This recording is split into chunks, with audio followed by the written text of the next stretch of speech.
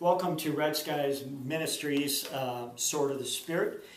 This is the second part of a four-part series on truth in the age of deception. Today we're going to be looking at truth. Last episode we looked at deception techniques that Satan uses to deceive, and the fact that just like he told Eve in the Garden of Eden, you can look to yourself as a fixed point of reference for truth. You can put your authority over God's. You can be like God. You can say what's morally right and wrong, okay? So we're going to look at truth and what society uses as a fixed point of reference and why it leads to chaos. The first question is, what is truth, right? 6% in a recent survey, only 6% of youth said that there is an absolute truth. Now think about that. Only 6% said there was something they could say was absolutely true. That's amazing. I want to point out a couple of things about truth. First of all, we don't invent it, we discover it. Okay. Second of all, our perception of truth may vary from person to person, but the truth itself is the truth. It doesn't vary. It's the same to all people at all times. It's just that people's perception of it varies. But the truth is the truth. Okay? The truth doesn't depend on how fervently or sincerely somebody believes in it. Either it's true or it isn't. Okay? And a couple of things. Norman Geisler said something very interesting. He said there are some universal truths that are unbreakable, unbendable. Okay? They are finite. And they permeate all kinds of things, from the sciences and math to the arts to music, even logic. For example, in math, 2 plus 2 is always 4. Always. It's not 2 plus 2 isn't 4 to me and 5 to you. If it were, computers wouldn't work. You couldn't measure. If you're building a house, you couldn't build anything because everybody would be measuring different things like that. In the arts, if you mix yellow and red, it's always going to be orange or a variation of orange. It's never going to be blue. Okay? Middle C in music is always going to be middle C if correctly tuned. No matter where you are, it's not going to be different for everybody. They don't pick their own middle C. If it was, music would be chaos. And it even applies to logic in that logic, there is a truth. It's fixed truth. It's unbreakable, and that's the law of contradiction. In other words, if you have two statements or truth claims about the same thing in the same context, and they both contradict each other, they both can't simultaneously be true. One has to be wrong. Let me give you an example. You have a woman standing there, and there's a man on one side, a man on the other, two doctors. One of them tells the woman she's pregnant, the other one says she's not. Both of those are truth claims, right? But they contradict each other, and they both can't, therefore, be true simultaneously. One, either she's pregnant or she's not, okay? If you understand what I'm saying. So, and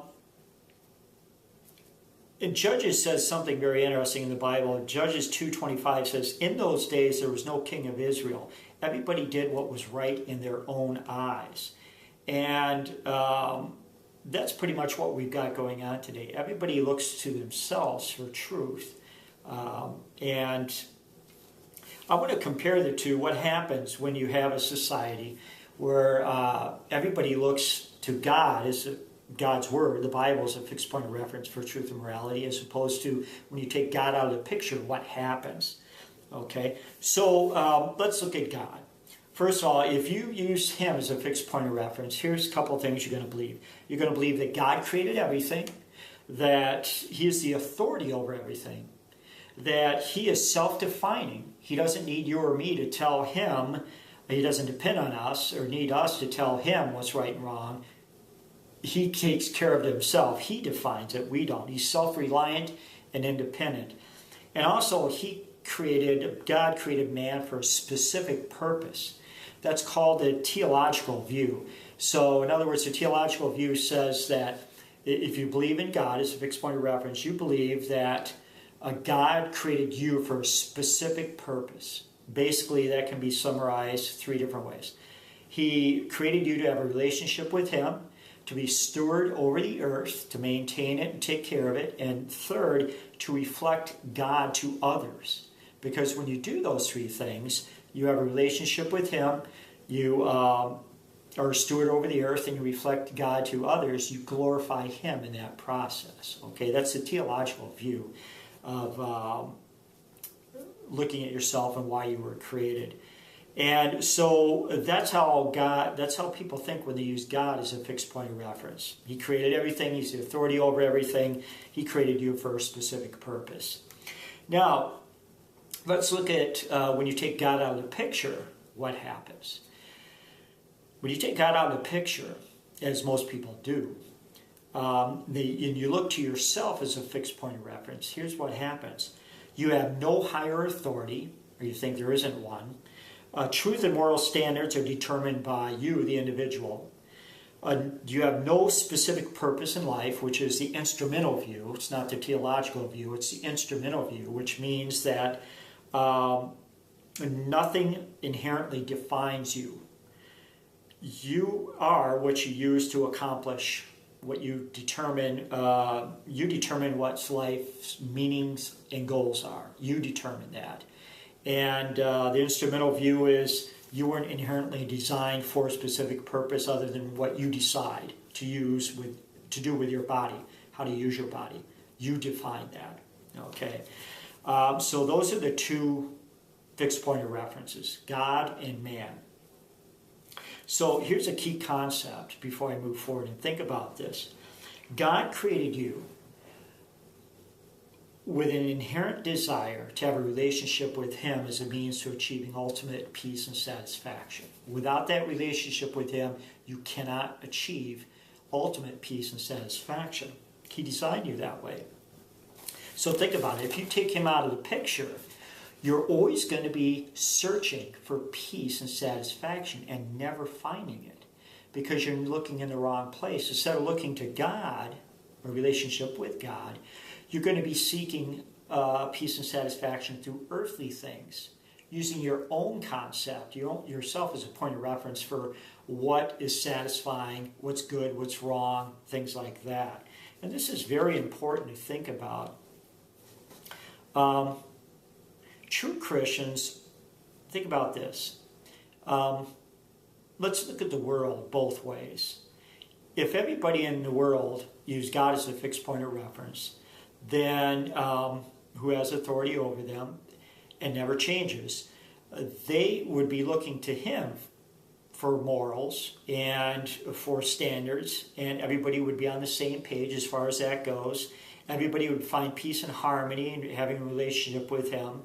And because everybody's on the same page, there wouldn't be conflict. There wouldn't be disagreements about what's morally right and wrong, what the truth is, etc. They just look to Him and find out, or look to His Word and find out, right? If you take Him out of the picture, and everybody uses themselves as a fixed point of reference, and everybody is seeking satisfaction through themselves and what they determine to be right and wrong, and everybody makes up their own set of moral standards, and they pursue their own lusts and desires and goals in order to be satisfied. Because they never find true happiness or satisfaction, they're always searching, okay? And because they set their own standards for morality, they justify, this is key, they justify whatever they feel is necessary to achieve their wants and desires. Because in their own mind, using themselves as a fixed point of reference, they deserve it, okay? Whatever makes themselves feel better, they deserve, right? So give you a couple examples. A dictator finds satisfaction in power, so he justifies the slaughter of thousands. A woman feels her need trumps everything, so she justifies in her own mind aborting a baby. A homosexual feels that he or she deserves to have happiness and their desires met, so they have priority over the Christians. They sue bakers or photographers because they don't do what they say. A pedophile feels that their desires are more important than an 8-year-old who he murders and rapes. A Wall Street wolf swindles people and justifies it in his own mind because of his lust for wealth takes priority in his life, he justifies his actions, because he uses himself as a fixed point of reference. Now, if you don't believe in God, or you don't use him as a fixed point of reference, those examples I gave you, the dictator and the woman, the homosexual, the pedophile, and the Wall Street wolf, you shouldn't have a problem with that. In fact, you shouldn't have a problem with what anybody does to satisfy their own lusts and desires if you don't use God as a fixed point of reference. Okay? Because if you tell them they're wrong, they could come back and say to you, says who? Who made you the authority over the world? If everybody makes up their own fixed point of reference, then you can't tell anybody that they're wrong. So there's chaos and there's conflict constantly because everybody's pursuing their own goals and they think whatever they feel is right trumps what you feel. If you think of it in terms of a football team, you have one football team that has a head coach who's strong, who's the authority, ultimate authority. He calls all the plays. Everybody runs the routes that they're told by him to run during practice and during the game, and everybody has the same goal and the same, they define success the same way for the season, okay, for the outcome of the game. You have another team where there's no head coach. Everybody does whatever they want. They run the routes they want to run in practice. In the game, doesn't matter what the quarterback calls, they just run whatever routes they want, whatever plays they want to run. They run, okay, they decide individually, and each one decides what the definition of success for the outcome of the game is. Which team is going to be more successful? Which one is going to be in chaos? Well, I think it's pretty obvious which one is which. And the ultimate question you have to ask is, like I said, is says who? If you use yourself, if all men are equal, you take God out of the picture, all men are equal, and everyone defines their own set of moralities, what's right and what's wrong. When you have a conflict, who decides what's right?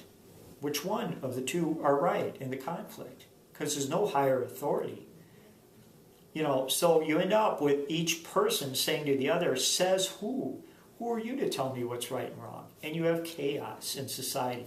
And that's pretty much what we see today. So in the next episode, we're going to look at that question, says who? And we're going to look at society and what this has resulted in, this mindset, this looking to yourself as a fixed point of reference instead of God. Some of the crazy things it's resulted in society. So stay tuned for that. Thanks.